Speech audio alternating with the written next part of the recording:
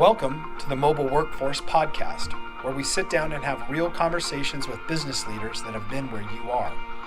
During these interviews, we'll dive into what it takes to improve systems and champion processes that maximize performance.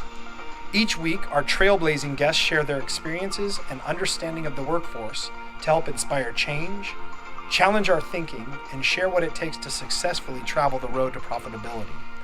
Now here's our host, co-founder and chief evangelist of About Time and WorkMax, Mike Merrill.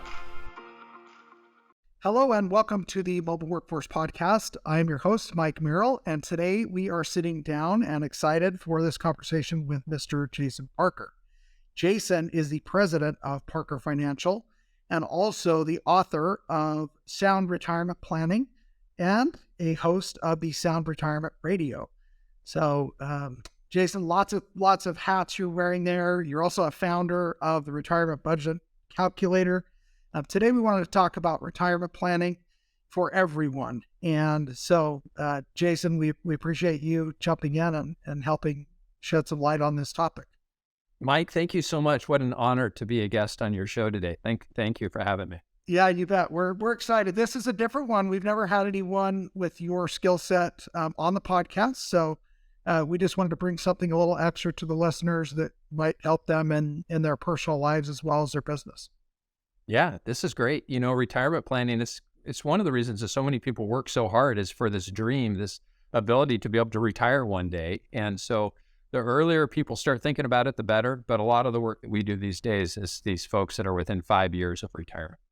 Great. Yeah, that I was just going to ask you, what type of timeline should people be focusing in on to make sure they're not late to the party? Oh, you know, the sooner the better. I had the chance to talk to some high school kids recently, 17, 18 years old. And I explained to them, I said, you guys, if you can just save $200 this month and then add $200 a month for the next 40 years, so it gets them out to 57, 58 years old, right? And then if they invest in something like the S&P 500 index fund that has, the S&P 500 has averaged about 10% per year. Those kids, by the time they're 57, 58 years old, they're going to have over 1.1 million if the market averages 10% per year over that 40-year period of time. But if they wait 10 years to get started, if they wait till they're 27 to start saving that $200 a month, they have only about $398,000. So time is your friend, and not only time, but this is another key element to this, volatility is your friend the younger you are.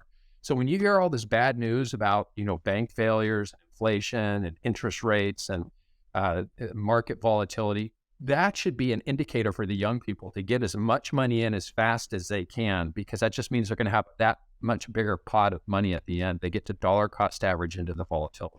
Yeah, getting that multiplier working for them early, right?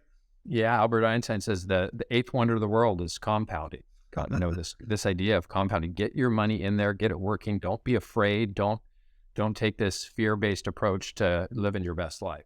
Yeah, I love that. You're talking about a bite-sized amount of money that any of us probably negligibly spends, whether it's, you know, coffees in the mornings, donuts at lunch, the extra tub of ice cream that you might pick up. That stuff can add up pretty quick to $200. So that's a great target, I think, for any of us to focus on.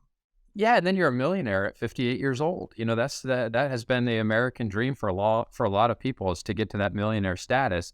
But like I say, 10 years of time makes a big difference. So there's people out there that you're probably listening to your show that are within 5 years of retirement. They're like, I don't have the time anymore. And those are the folks that really need, you know, a lot of times when you're 55 years old or so, you're earning the most money you've ever made in your life. The kids are hopefully out of the house and you're just about finished paying for college. And this is go time. This is time to really sock it away and get as much money set aside as possible. Yeah, so that's a great point. It's like the old phrase, you may have heard this before. They say, when's the best time to plant a tree? And they say, well, 30 years ago. And the second best time is now. That's right. Yeah, that's right. It's never too late to start, and every little bit helps. Yeah, so when you hear the term, or when we all hear the term, and I know most of us have heard this, retirement vehicle, what exactly is the right vehicle for people to start putting that $200 in a month that they're saving, if that was the amount?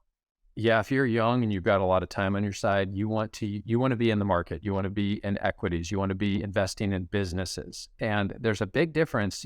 People are confused about what investing means these days. People confuse investing with gambling, investing with speculation. What I'm talking about is not going out and buying crypto or taking your money down to the casino to put it on the roulette table. That is speculation. That's gambling. When you're investing in businesses, what you are doing is you're saying, I believe that people are going to continue to produce goods and services that make our lives better. And you've got the smartest people in the world running these businesses, and there's a profit motive, right? We live in a capitalist world, which is a good thing. People get rewarded for bringing value to people's lives. And as a result, they grow those businesses. Now, you don't have to buy individual stocks to do this. You can buy a low-cost index fund, something like the S&P 500 or the total U.S. market index, and own all of these companies, benefit from all of this brain power, all of these people going to work every single day to make your life better.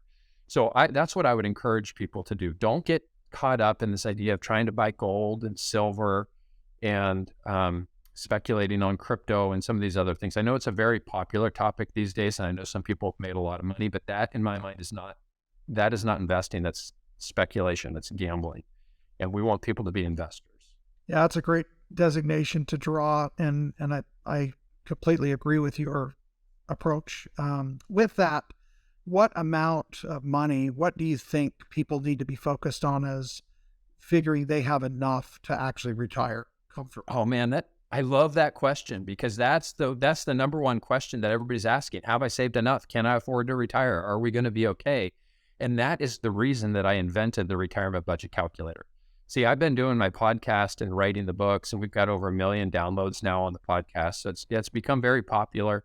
And so we've been educating people for a long time. But the question I had was, how can we go beyond education? How can we actually help people put pen to paper? And if you're out there creating your own spreadsheets, you could make an error in a formula that could really mess you up. So I invented the calculator to help answer this question: have I saved enough? Are we going to be okay? And what makes it so much different than the rest of the world, most of the finance world is focused on withdrawal strategies and what percentage can you take out of your portfolio. But if you really want confidence heading into retirement, the most important number you need to know is how much do you spend? Because when you understand how much you spend, then that will help determine whether or not you've saved enough. So just real simple math. Let's say you find that you spend $40,000 a year. That's how much you need to take from portfolio withdrawals. Well, the research tells us that something called the Trinity study says that if you take your annual spending, multiply it by 25, so 40,000 times 25 would say that you need to have about $1 million invested in a 60% stock, 40% bond portfolio to be able to take inflation-adjusted income from that portfolio for the rest of your life. And that's a real simple rule of thumb to help people know if they've saved enough. How much do you spend? And then multiply that by 25. Now, in America, we've got some cool things like Social Security, and some people have pensions and they have 401ks, and they've got all this other stuff that mixes into that. But once you take into consideration your Social Security and maybe any pension income you have, and then you compare that with your spending, that's the key there. You need to understand the spending, and then you can start working in all these other income sources. A lot of people have rental properties, and that helps produce some cash flow for them. But at the end of the day, retirement's all about cash flow. It's all about making sure you have enough income coming in to cover your expenses.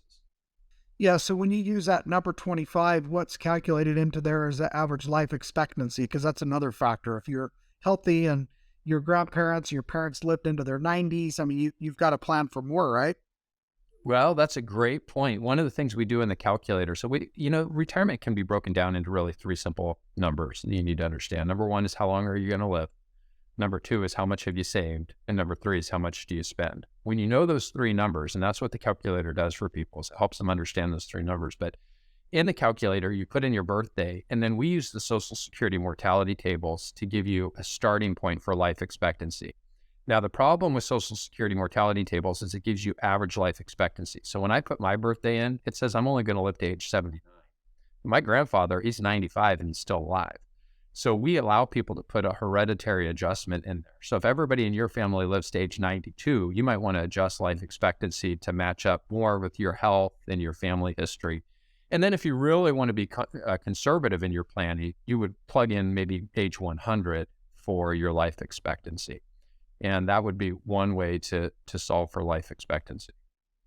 Yeah, that's a great approach. It's an awesome way to cover the bases and make sure that you're really looking out for those variables that maybe you really just need to plan the just in case stuff, right? Yeah. And, it's something I'm fond of telling people. You want to hope for the best, plan for the worst. Hope for the best, plan for the worst. So when we build a plan, we say, let's assume you're going to live to 100. Let's assume we're going to have higher than average inflation, because that's something that you can plug into the calculator. And then let's assume that the rate of return that your money is going to grow is lower than the historical averages. So that way we're creating a worst case scenario. And then you can start to model different things. You can say, well, what if we retire sooner? What if we retire later? What if we get a better rate of return? What if we get a worse rate of return? What if somebody needs long-term care? What if somebody dies early? I mean, once you get a baseline in there, you can really start to stress test your plan. And in the calculator, we allow people to create different models so they can go through this and really understand what the numbers are going to look like for them. On our YouTube channel, the Retirement Budget Calculator YouTube channel, I created a video that uses 2 free tools to show people how to optimize their Social Security. For some people, when they start Social Security, you can start it as early as 62 and as late as 70. But for some people, when they start Social Security, it can be a game changer in terms of how long their money's going to last. And so I created this video to show people how they can come up with an optimized Social Security plan to get the most money out of Social Security over 2 people's lifetimes. Yeah, that's a great tool as well. I know, on the things that I've seen and the limited background I have in this, I know, if you take it at 62 versus 65, you're going to take a haircut on, what, like to your point, there's not as much money available for you. So if you live longer and you start taking it early, then you're going to run out of money before you run out of breath. Potentially, yeah. Social Security, it's inflation adjusted income. So it goes up every year with CPI. It's tax efficient income, and you've got survivor benefits and spousal benefits. So there's all these moving parts in Social Security. And then if you wait to start it after full retirement age, so for younger guys like us, full retirement age is 67 now. So every year that you wait from 67 till 70, you earn what's called 8% delayed retirement credits. And that's pretty good. It's hard to find 8% guaranteed anywhere, but Social Security offers it if you wait a little bit longer. And then there's the coordination of those benefits. Like, when should the husband start? When should the wife start? And here's one that people miss a lot of times. People say, my wife, she didn't work. She stayed home with the kids and just the husband worked. They don't realize that their wife is available for a spousal benefit based on his earnings record. So oftentimes, he might have, let's say, $2,000 a month available to him at 67. She's also going to be eligible for $1,000 a month as a spousal benefit just because of his earnings record. So there are a lot of nuances, but again, I don't want to overcomplicate this whole retirement thing because it doesn't have to be complicated. It really boils down to 3 numbers. How long are you going to live? How much money have you saved? And how much money do you spend? And the spending piece is the part that people have the most control over. You can't control inflation. You can't control what the market's going to do. You have maybe some influence about how long you're going to live, but what you have the most agency over is your spending. And that's why we called it the retirement budget calculator. If I was going to do it again, Mike, I probably wouldn't call it the budget calculator because that's I found that's a bad word for a lot of people. Nobody likes to hear the word budget, but it really is all about cash flow and spending. Okay, that's a great point. So tell me this, there are companies that have retirement plans, benefits packages, things where they're contributing, maybe they're doing a 401k match, so to speak. What's the difference between somebody who works for an organization that offers that versus somebody who doesn't? What do they need to be doing differently or uniquely in their given situation? Well, first, those employers that are offering those additional benefits, that's really amazing. If they can offer a 401k and a Roth 401k and they do company matching, that is really an incredible benefit for employees. And that's free money for those employees. So they need to take that. I mean, if there's a match, get at least the amount of money in there that they're matching. The rule of thumb has always been 10%, try to save 10% into that 401k. And that's if you want to be average. If you want to be above average, I'd say to put 20% in there and learn to live on 80%. And we want people to be above average. We want them to have an above average life now and an above average life in the future. We don't want people just barely getting by with their finances.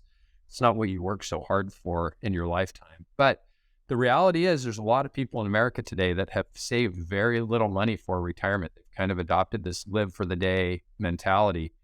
And that's fine if you plan on working until you're 80 years old. But most of us, especially in your industry where people are using their bodies physically, they don't have the ability to continue to work forever. Somebody like me that, is pushing paper around, I do plan on working for us. I can see myself working till 70 or 80 years old, not because I would have to, but because I believe in this idea of contribution. So there's something in our society today called the FIRE movement. Financially independent, retired early. You hear about these kids at 35 years old and they've saved $3 million. They're retiring at 35. I wouldn't retire even if I could, because I enjoy the work that I do. Warren Buffett once said, he said, do something you love and you'll never work a day in your life. That's how I feel about the work that we're doing. We're making a significant difference in the way that people can retire in America. And up until this point, there have been very few tools that have democratized retirement the way that we have. A lot of people can't afford to hire a financial advisor, or they don't have the investment minimums to work with an advisor. But we've designed this calculator that levels the playing field. It says, even if you can't afford a financial advisor, most people can afford the calculator. Now, just so your listeners know, the calculator is a freemium tool, meaning if you just want to track your net worth and have a really good detailed budget and use the time tab for estimating life expectancy, that's all free. So you can sign up for that for free.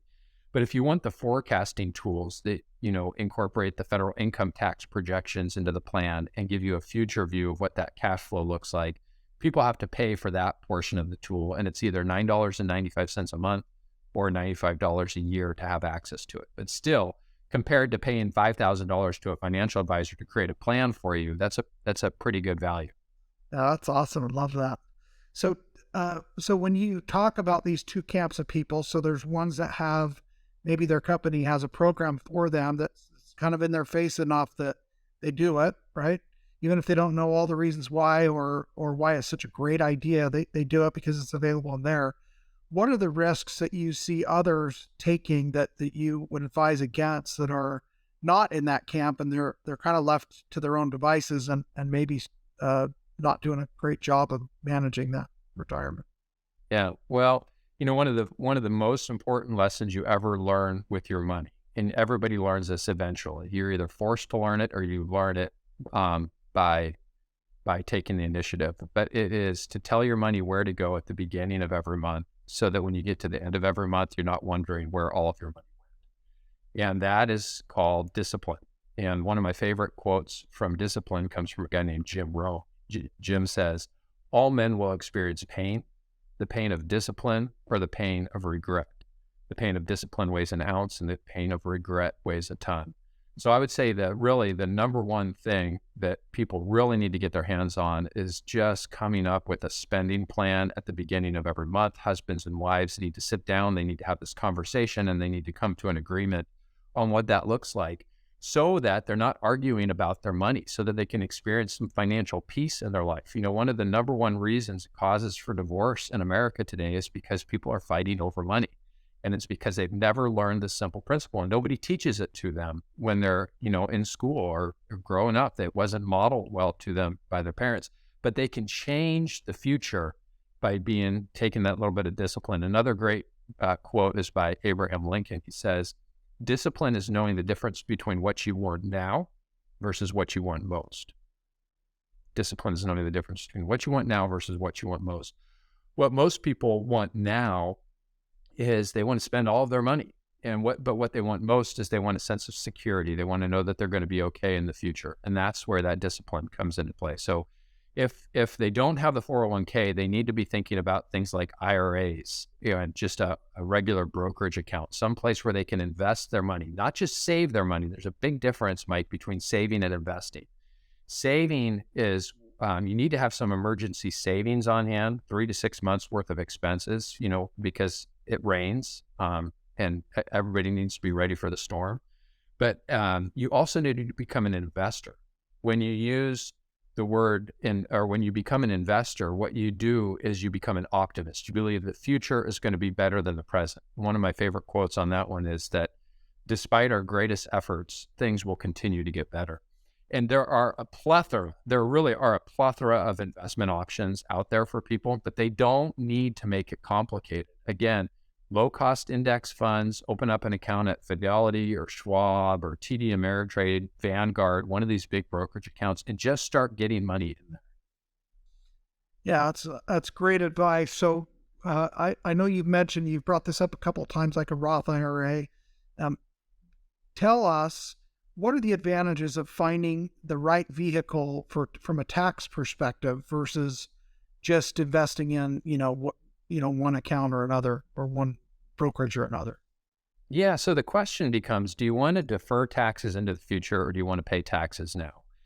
And the reality is our country has more than $30 trillion of debt currently. We are up to our necks in debt in this country. And at the same time, we have some of the lowest tax rates in the history of our country right now. And those tax rates are scheduled to go up by default in 2026 unless Congress extends them. So the question you have to ask yourself is, do you believe taxes are going to be less in the future, or do you think that taxes are going to be going up? And not just kind of generally speaking, but for your specific situation. Some people, when they retire, they find themselves in a lower tax bracket. And so it does make sense to defer those taxes into the future if you're going to be in a lower tax bracket when you're retired. A lot of the people that we have met over the years actually end up in the same tax bracket or a higher tax bracket when they retire, because they've done a good job of saving money. And so in those instances, that's where the Roth comes in, because the Roth says you don't get any tax break for putting the money in, but the money grows tax-free, and then it comes out tax-free as long as they're qualified distributions from the Roth. So you get tax-free growth and tax-free distributions. Another cool tool that a lot of people miss, and this is kind of like the best of both worlds. It's an IRA and a Roth combined into one. It's called an HSA, health savings account. You have to, if you're young and you're healthy and you have a high deductible health plan, you can contribute to an HSA, which lets you get the tax break up front. And then as long as the money comes out for medical purposes in the future, it's tax-free distribution. So it's kind of the best of both worlds. And yeah, you want to get the money into those accounts, but at a minimum, even if you can't do the IRA or the HSA or the Roth, just get a brokerage account open, become an investor, believe that the future is going to be better than the present, and become an investor. Yeah, become an optimist. Yeah, and there are low risk investments like SPACs fund or something, investing in T-bills or other things that are not so risky, like Apple stock or maybe something else, right? Yeah, let me ask you a question though. Why do you bring up that word risky, and you're a young guy, and you look like a young guy to me. Why would you be concerned about risk? Well, I think the biggest thing is you work very hard for your money. You mentioned putting money down on a roulette table or investing in crypto or something else that really, has a lot less backing. And so I think risk tolerance is something that everybody needs to assess for themselves. But to me, I worked really hard to get that money. I don't want to, quote unquote, invest it loosely in a high risk area. Boy, that's absolutely spot on. And what you just said is what I hear from so many people. The thing that I want to encourage, especially young people, to understand is the risk is not investing. The risk is sitting in a savings account and being too fearful about the future. The market's a volatile place. It goes up and down. Historically, over 10-year segments, it goes up about 7 of those 10 years is positive and 3 of the 10 years are negative.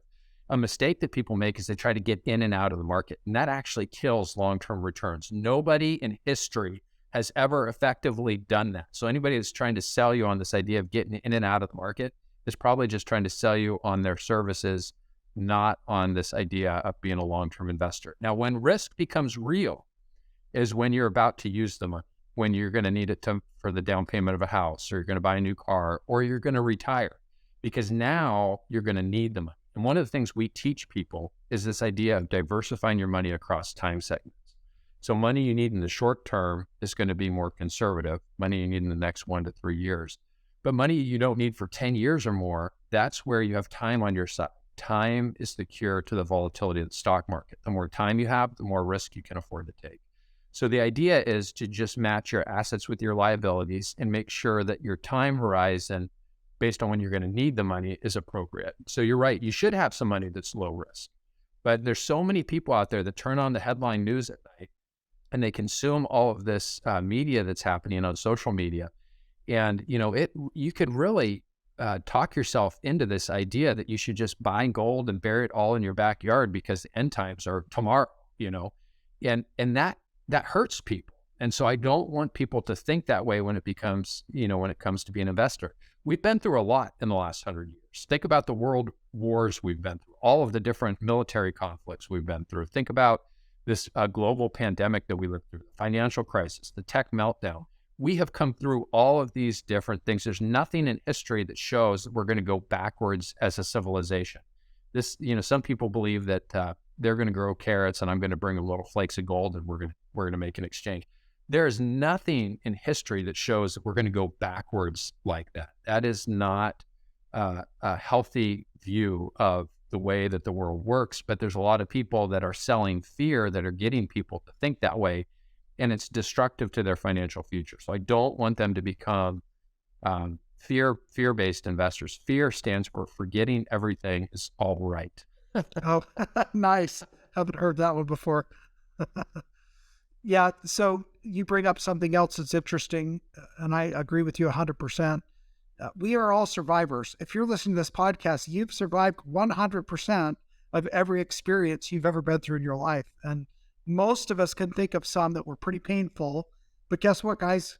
We made it. We're here, and we're here enough that we're actually listening to a podcast where we're talking about these things. So I think that's a great thing to remember, and to be optimistic and to lean forward with optimism and positivity and a view of the future is bright versus a doomsdayer that says, I'm just going to play it safe all the time. And, what kind of life is that? What kind of life is that? That's the question. I mean, going around looking for the worst in humanity is no way to live. It's just not. I mean, we can give you safety and put you in a corner and give you a blanket and bring you 3 meals a day. And hey, you'll live to 100. Who wants that kind of life? We don't want that. Sounds like prison to me. That's what exactly. Right? Exactly. Yeah. Well, we'll keep you safe. Nobody can get to you. You can't get to anybody. Yeah. 3 hots and a cot, they say, right? a prisoner of your own mind. Yeah. One of my favorite books is a book called As a Man Thinketh by James Allen. It was written back in 1910. And, he had an interesting story. His dad was actually murdered right after they moved to the United States. And so he had to provide for his family. But the idea is so obvious in this book, and that if you plant tomato seeds, you grow tomatoes. If you plant corn, you grow corn. If we think of our mind as fertile soil that we're planting in, and we go and plant a bunch of weeds in our mind, we are going to grow a life full of weeds. And so you really have to take every thought captive. You have to protect what's getting into your mind, and then you have to have a game plan for how you're going to renew your mind. And in the world that we live in today, it's more challenging than ever because social media, I was on YouTube the other day and I clicked on something that had to do with war. And now like every third video that shows up on my YouTube channel is all about war. And it's like, how do I reset the algorithm? I don't want this much war in my brain, but. That's a great point. Well, it's the same as our mind, right? You plant that seed and that's our mind is just a giant supercomputer trapped in our head. So it's going to find a way to come out and manifest itself again and again if that's what we're sowing the seeds of, right? Yeah. As a man thinketh. Yeah. So one thing I wanted to do before we wrap up, I know, we have a lot of construction company owners. We have construction managers. We have a lot of listeners that are more in that blue collar space. And then we have a lot of technology listeners, those that serve the construction industry. What, as employers or business owners, can they be doing if they don't have a retirement program or don't have an HSA plan or they don't have some of these things available to their employees? What are some nice things that they could do to help get their employees on a better path so that they have more fulfillment and more safety and can have more confidence about just worried about the work today because their retirement's being taken care of through maybe some kind of program or something that maybe an employer could help with? Well, first, let me say, I've had the good fortune to walk life with people that have been in the trades, plumbers, electricians, guys that that are contractors.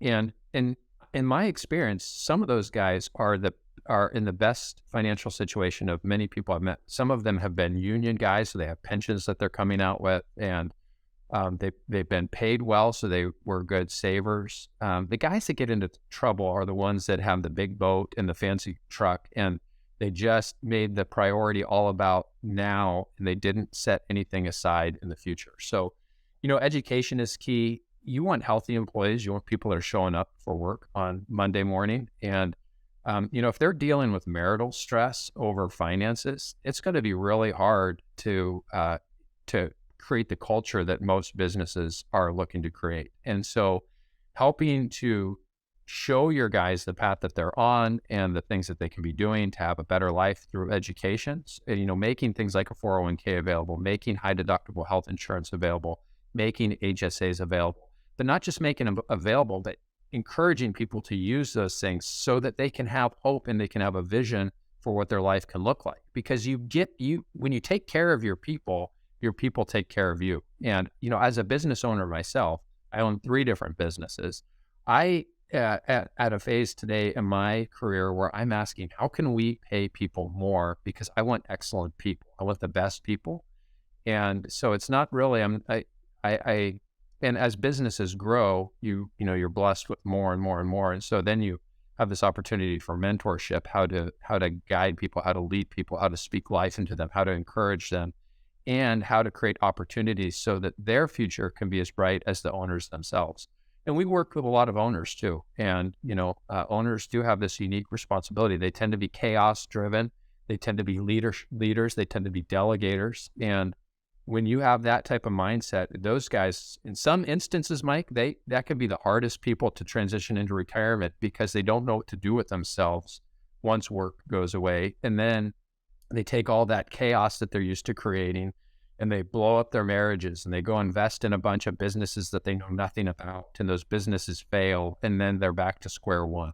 So it's a journey, and it's one of these things that we get to learn along the way. But I would just encourage employers to continue to invest in their people, both through education, give them the tools, give them the resources, and do things like this 401ks for their employees. Yeah, and bring a financial advisor in to speak to everybody to say, hey, look, we're paying you good wages. We're paying you, in a market that's really good from the labor perspective. There's value in a lot of you are getting that value.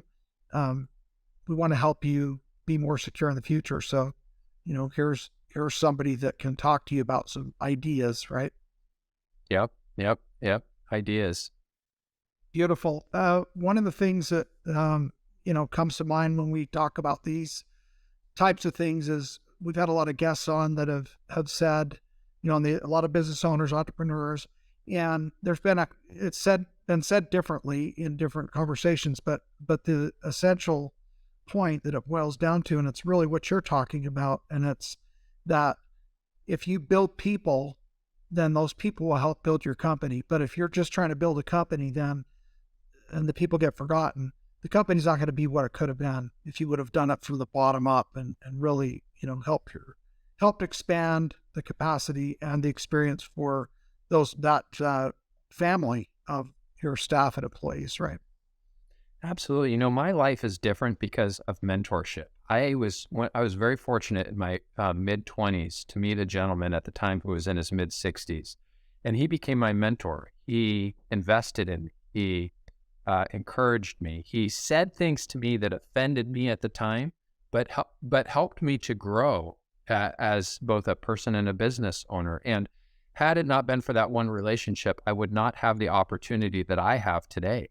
And so, and I think a lot of business owners see this. It's like, boy, okay, I've become successful. Now, how can I bring up that next person? How can I bring up that next level of leaders? And it's a really wonderful opportunity. We live in the greatest country in the world. We get to unlimited opportunity. Everybody and their brother and sister is trying to figure out how to get to America because of the opportunity that exists. And the people that come to America as first generations, their probability and possibility of them becoming successful is greater than the people that were born here, because the people that were born here, they think they deserve something. They think it's owed to them.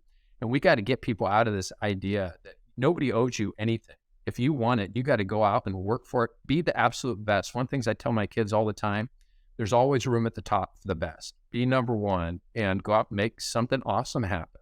And stop acting like somebody owes you something, like you're a victim. And once we adopt this attitude of excellence and pursuing excellence in everything we do, there's no stopping you. There's no competition there either. There's always room at the top. Yeah, that's beautiful. Well, we opened up the conversation about the business owner and what they can do, and I think it's a great segue. We need to have you back on next week, and I think we could dive deeper into speaking to those business owners and trying to help direct and guide them with some ideas of what they could do to take advantage of some of these things to grow their teams and to grow their employees. Yeah, awesome. Thanks so much. That'd be awesome. Well, one of the fun things that we like to do to wrap up is I do a few rapid fire questions. And so if you're game, I'd love to chat with you about a few of those things. And yeah, rapid fire. Bring it on. All right. So you've already brought up a few authors of books, but let's just ask, who is your favorite author? Wow. I'm a Christian. And so when anybody asks me my favorite book, it's the Bible. And it's, Paul and his writing, I guess I would have to default to that. That's awesome. Well, you were able to pick one author for the Bible. That's good. Cool. Maybe you just answered this question already. In that answer, what book has had the very most or largest impact on your life? Well, that book by far has, because I was not always a Christian. I actually, I was raised in a Christian family, became an atheist in my early 20s, and then had the good fortune to know what it means to be the prodigal son and to turn away from this, this path that I was going down and find a new direction and have a personal relationship with Jesus. And that totally changed everything for me, because I had everything else in place. So absolutely, the Bible has been, and that relationship has been the game changer for me. But other books, As a Man Thinketh, we talked about with James Allen. Think and Grow Rich by Napoleon Hill. That one is significant. John Maxwell has some great books on leadership that I've read. And I think one of the books I'm reading right now is a book. It's actually about the future of medicine, and it's with Tony Robbins and Peter Diamandis. Peter Diamandis is a graduate from Harvard and MIT, and they interview people that are doing this really amazing things in the healthcare in the healthcare industry. And a friend of mine actually just recently had he had a hip that was really bugging him, and he had stem cells injected, and it totally changed. He was out skiing again, and just some really amazing things. Now, I'm not a doctor, but I'm just kind of intrigued by what's going on in the world of medicine and the opportunities that exist out there. Wow, cool. A lot of great books there. Hope people are taking notes. I've read many of those, and I'm going to agree with you on all those points. Yeah, the new one, that medicine one, is called Life Force by Tony Robbins. Cool. I'll have to check that out. Yeah, I haven't read or heard about that one, so that's a good one. All right, so another topic. What was your first car? My first car only lasted 6 days. It was unfortunately, it was a late model. It was either 1978 or 1979 Volkswagen Bug convertible. It had been my stepmom's car. My dad told me I could have it. 6 days after I got my license, my dad said to come home right after high school, right after the day at high school. And instead, my buddy needed a ride home. So I thought, well, I can get him home. Zip over. Yeah. And then still get home. My dad won't know the difference. Well, it started snowing on the way home, and or as I was driving this friend of mine, and I rolled this Volkswagen Bug, ended up on the side in a creek, and fortunately nobody was hurt. Somebody came and rolled us back over, and I actually drove that car home. But yeah, that was not a fun day. My goodness, and a convertible too. Boy, that's I know. Very fortunate that. Oh man, we were lucky. Wow.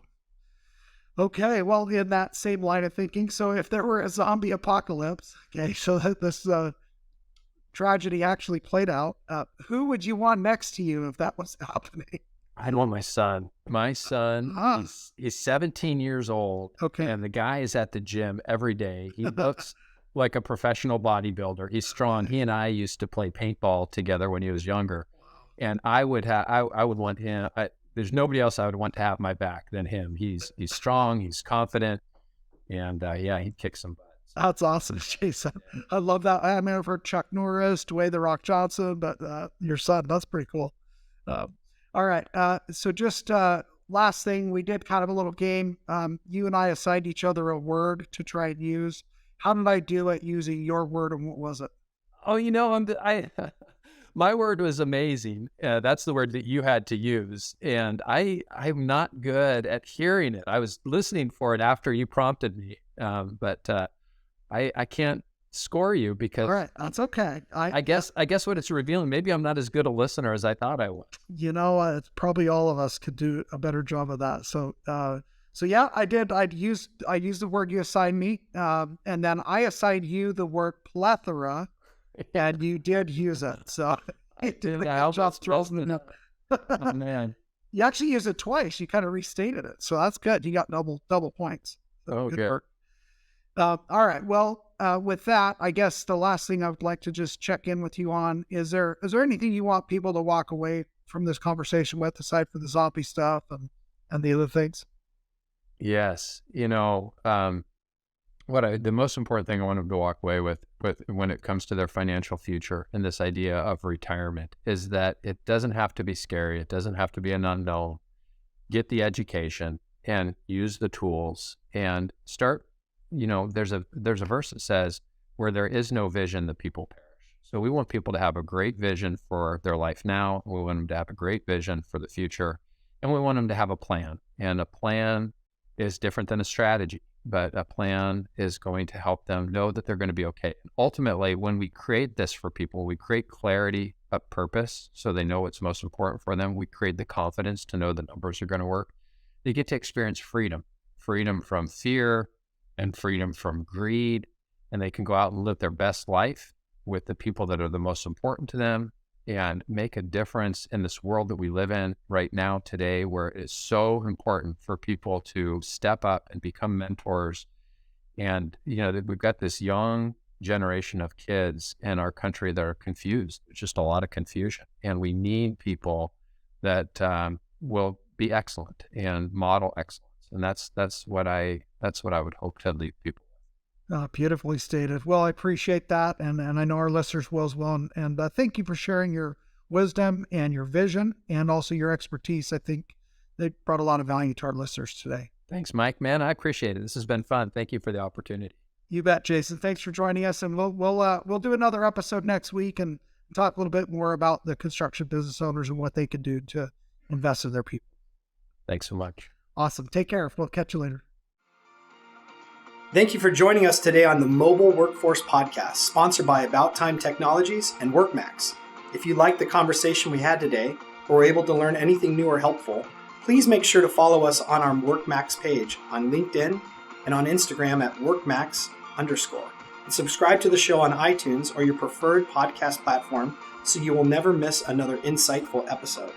Also, if you enjoyed the podcast, please leave us a 5-star rating and review and share the show with your friends and colleagues. Your support means the world to us and will allow us to continue providing impactful information with others looking to improve their results in their business and, in turn, their life.